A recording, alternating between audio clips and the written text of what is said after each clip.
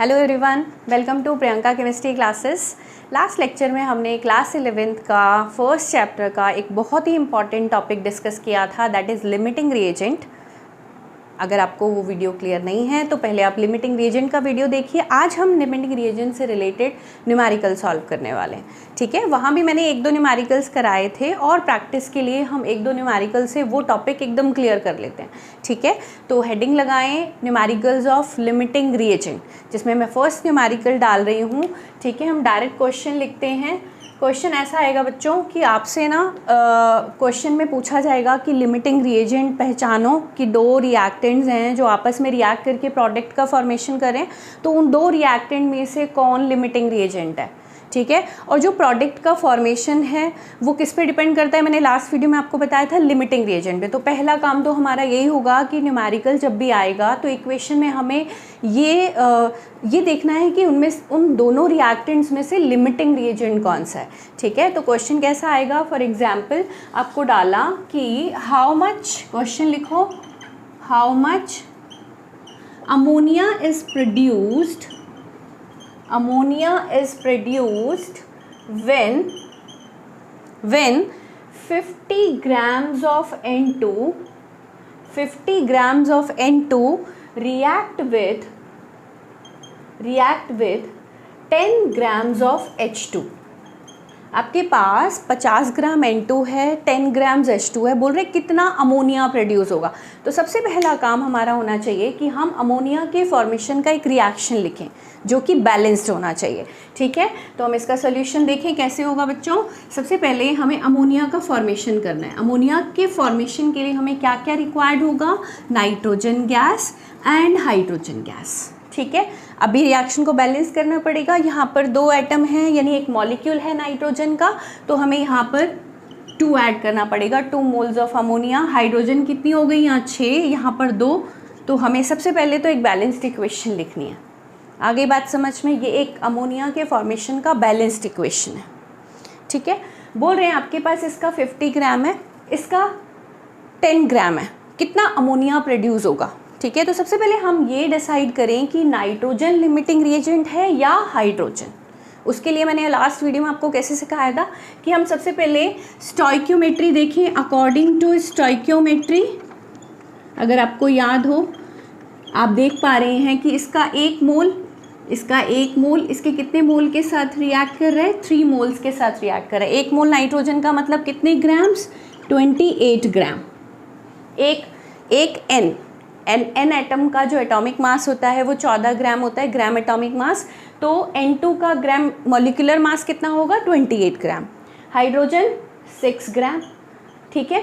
तो हम सबसे पहले ये देख लेते हैं कि 28 ग्राम कितने ग्राम के साथ रिएक्ट कर रहा है 6 ग्राम के साथ।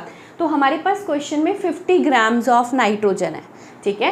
तो हम क्या लिखें, if 28 grams of N2 react with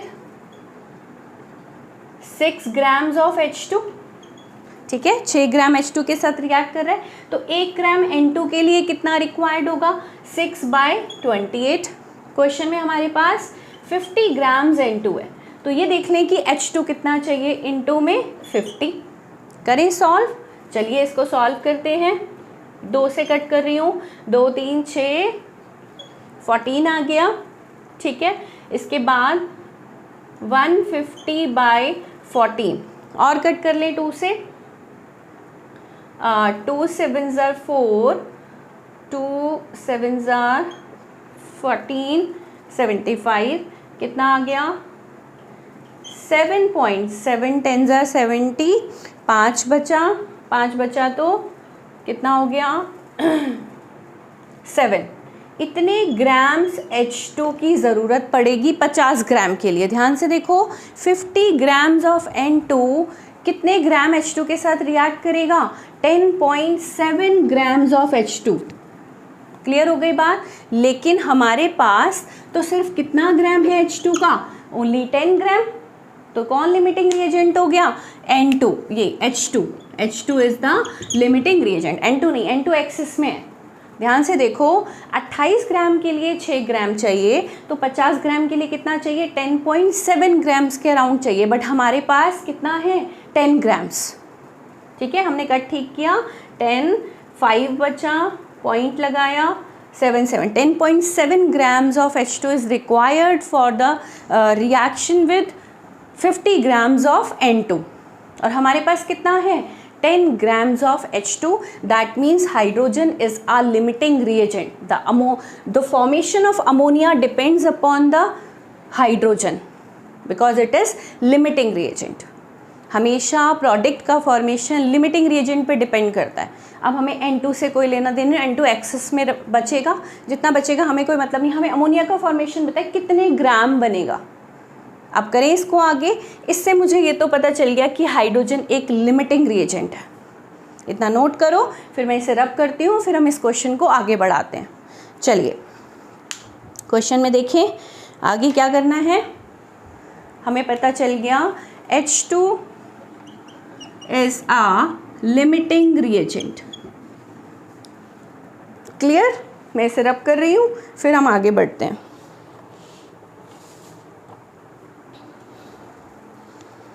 रब कर दूँ इसे. चलिए अब हम बात करते हैं अमोनिया कितना फॉर्म होगा. ठीक है, अगर हम स्टोइकियोमेट्री को देखें तो इसके हाइड्रोजन के 6 ग्राम्स ऑफ H2 जब भी नाइट्रोजन के साथ रिएक्ट करें कितना अमोनिया बना रहे हैं. ध्यान से देखो, 14 + 3 17, 17 2 34, 34 ग्राम्स ऑफ अमोनिया. ठीक है, तो अगर 6 ग्राम 34 ग्राम अमोनिया बना रहा है तो हमारे पास क्वेश्चन में कितने ग्राम्स है 10 ग्राम. कितना बनाएगा करें. If 6 grams of H2 form 34 grams of ammonia, कितने का फॉर्मेशन कर रहा है 34 ग्राम का, तो 1 ग्राम करेगा 34/6. क्वेश्चन में we have 10 grams of hydrogen, वो कितने के साथ करेगा 34/6 इंटू 10. सॉल्व कर लें इसको, कट करें. चलिए 2 से कट कर लो. 2 3 6, 2 1 2, 2 7 14. ठीक है, 170 डिवाइडेड बाय 3 कितना अमोनिया प्रोड्यूस होगा. सॉल्व करें. 3 5 15, 2 बचे, 3 6 18, 2 बचे, फिर 6 18 6. इतने ग्राम्स ऑफ अमोनिया प्रोड्यूस करेगा 10 ग्राम्स ऑफ हाइड्रोजन. पहले हमने सबसे पहले लिमिटिंग रिएजेंट पता किया. लिमिटिंग रिएजेंट ही अमोनिया के प्रोडक्शन के लिए रिस्पॉन्सिबल है. जब 6 ग्राम 34 ग्राम बना रहा है तो 10 ग्राम कितना बनाएगा 56.66, यानी 56.7 ग्राम्स भी इसको लिख सकते हैं. इतने ग्राम्स ऑफ अमोनिया प्रोड्यूस होगा. यही तो पूछा था, how much ammonia is produced. Clear हो गई बात. तो हमें लिमिटिंग रिएजेंट के क्वेश्चन इस तरह से सॉल्व करने हैं. सबसे पहले हमें ये डिसाइड करना है which one is limiting reagent, because the production of product always depends upon the limiting reagent. Clear. ऐसा एक क्वेश्चन और कर लेते हैं ताकि ये चीज़ें एकदम क्लियर हो जाए. ठीक है, इतना नोट करें, फिर मैंने नेक्स्ट क्वेश्चन डालती हूँ. चलिए फटाफट से नोट करें, फिर हम इसे रब करते हैं. ऑल राइट, एक और क्वेश्चन लिखते हैं. मैं रब कर रही हूँ उसे.